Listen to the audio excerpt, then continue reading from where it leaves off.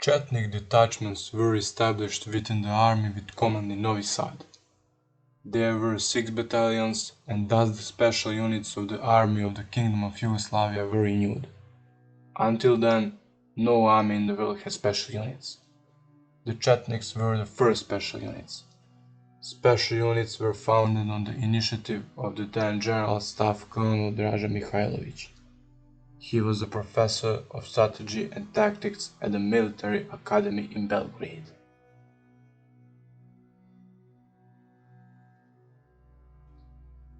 Draza saw that the future enemies, the Axis powers, primarily Germany, had a great superiority in weapons and manpower, and that the country had to prepare for a guerrilla war, not a frontal war. By definition, guerrilla warfare is a war of the weak against the strong. After this proposal, the Chief of Staff of the Supreme Command and the Minister of Defense, Milan Nedić, arrested Draza Mihailovich, so that later Draza's proposal was still adopted when the Chetniks battalions were formed.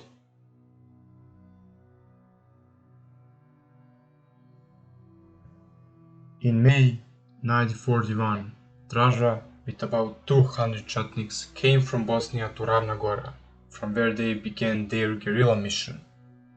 Draza's Chetniks were the strongest guerrilla of enslaved Europe during Second World War. The main goal of Draza Mihailovich was the prevention of genocide in the independent state of Croatia.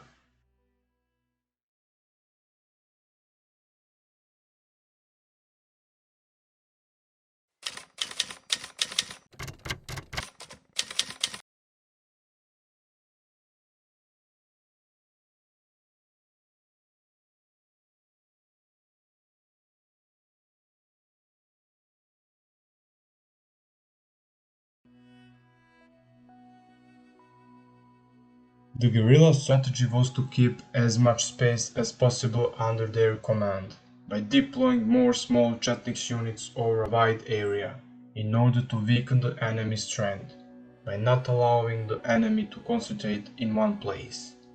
It was a good tactic, because the enemy was stronger. The goal of the guerrilla was to protect strategically important points such as roads, bridges, mines, etc., by keeping as wide an area under their command as possible.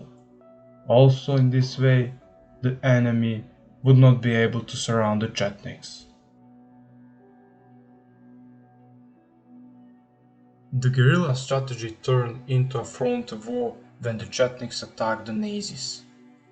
When they went on attack, the Chetniks united several small military units and thus attacked the Germans, and conquered several cities during one attack. The Chetniks guerrilla functioned very well during the war due to a well-developed system of connections. They used radio stations that were reliable and well networked.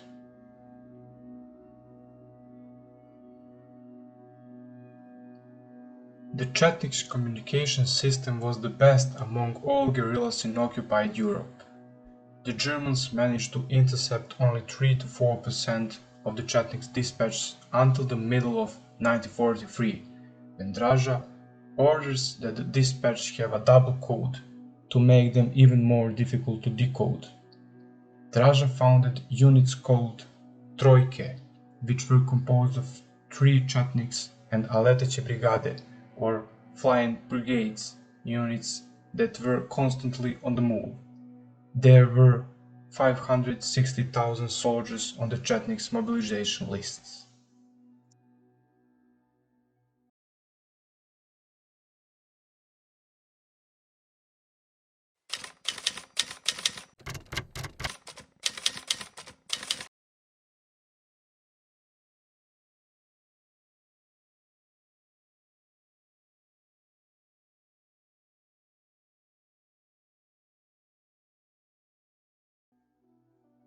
The battle for Loznica took place on August 31, 1941, between Chetniks and Nazi forces in Second World War. The Chetniks' attack on the Germans in Loznica followed immediately after the German refusal to surrender. During these battles, the Chetniks commando Lieutenant Colonel Veselin Misita, who led the attack on the Germans in Loznica, was killed. After a one-day battle, the Germans were forced to surrender.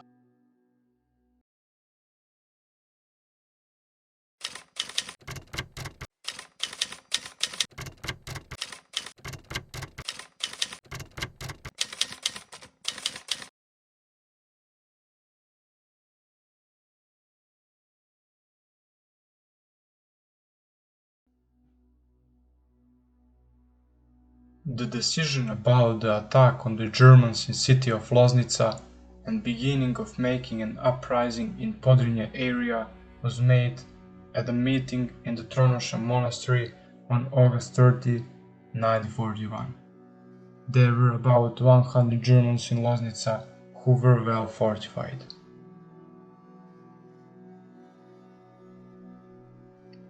At exactly midnight on August 30, 1941, bells rang out from village churches near Loznica.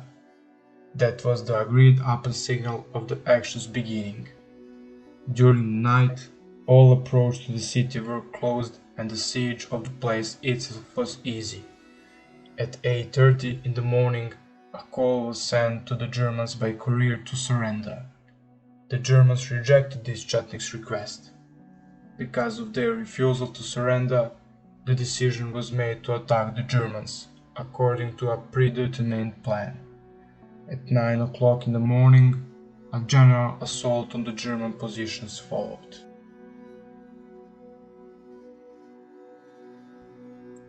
Lieutenant Colonel Veselin Misita died at the head of his fighters, personally leading the assault and throwing bombs at the Germans. In the battles for the liberation of Loznica, 93 Germans were captured. A certain number were killed and wounded, and the others were taken to the Tronosha monastery. The wounded were sent to the hospital. Captured Germans were treated humanely, all who needed medical help. The Chetniks had 8 dead, led by Lieutenant Colonel Veselin Misita, and 4 wounded fighters. A large quantity of weapons was seized.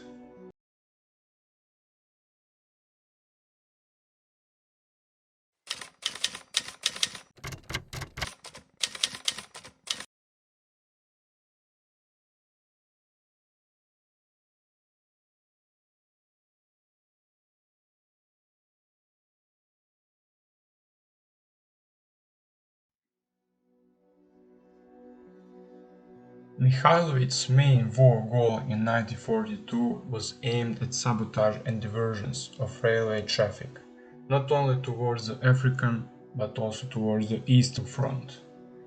In the memoirs of Colonel McDowell, as well as in other writings, it is said that Mihailovich started sabotaging diversions against German transport on the railway to Africa even before the summer of 1942. General Mihailovich organized a network of saboteurs in Serbia, Hungary, Romania and Bulgaria. They hindered German supplies to both the Eastern Front and Africa.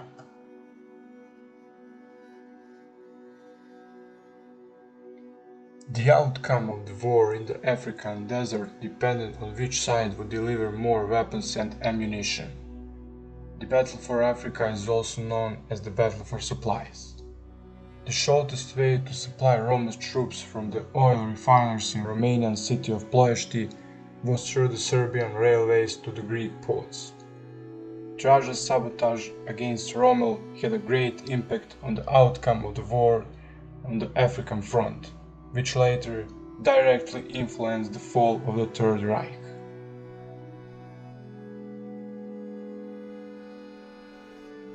According to a dispatch of General Mihailovich to a Yugoslav government in London on January 22, 1943, out of 362 locomotives on the railroad Niš-Thessaloniki, 112 were out of service. Also, out of 6,000 wagons, 3,000 were derailed.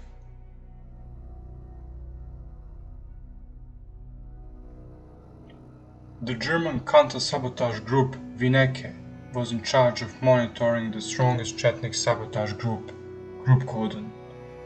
The Vinaky group recorded 1,499 detected diversions and sabotage by the Chetniks sabotage group, the Golden Group.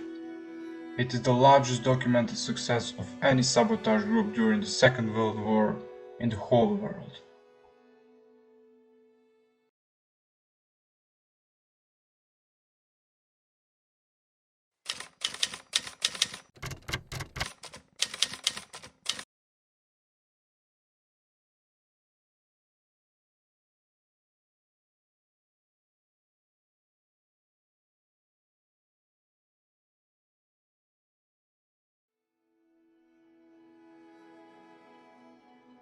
Operation Halyard was the largest Chetniks pilot rescue operation.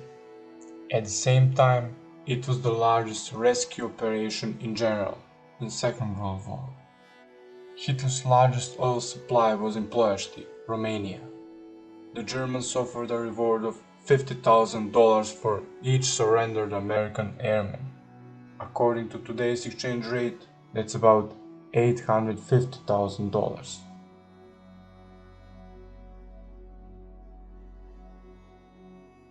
Following an emergency procedure, the agency was established. It was the agency for the rescue of American pilots who were shot down on Yugoslavian soil after the attack on the oil fields in eastern Romania. Draza ordered the creation of an airport from which American pilots could fly back safely. For that occasion, the airport in the village of Pranjani in Yugoslavia was renewed. The first evacuation from that airport took place on May 29, 1944, when the British transport planes landed at the airport.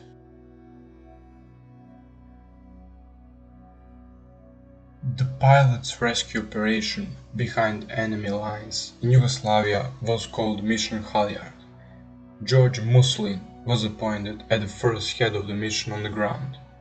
On August 10, 1944, 237 rescued American airmen were evacuated from the airport in Pranjani.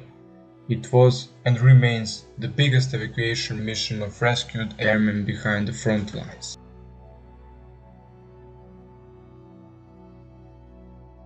In March 1948, the American President, Harry Truman, posthumously awarded General Draza Mihailovich with the highest American order for foreign citizens, the Legion of Merit, First Degree. Explaining the award, Truman wrote,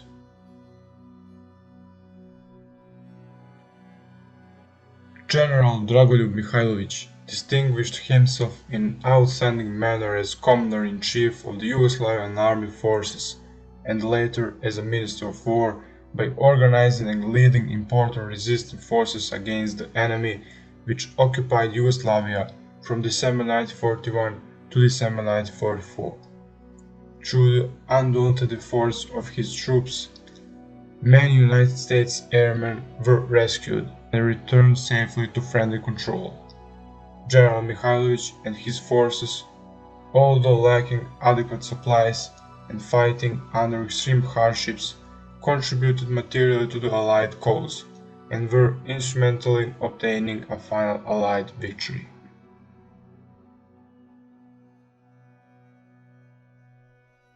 The Chetniks rescued about 600 pilots, which means that about 100 Allied planes fell on the territory under their control.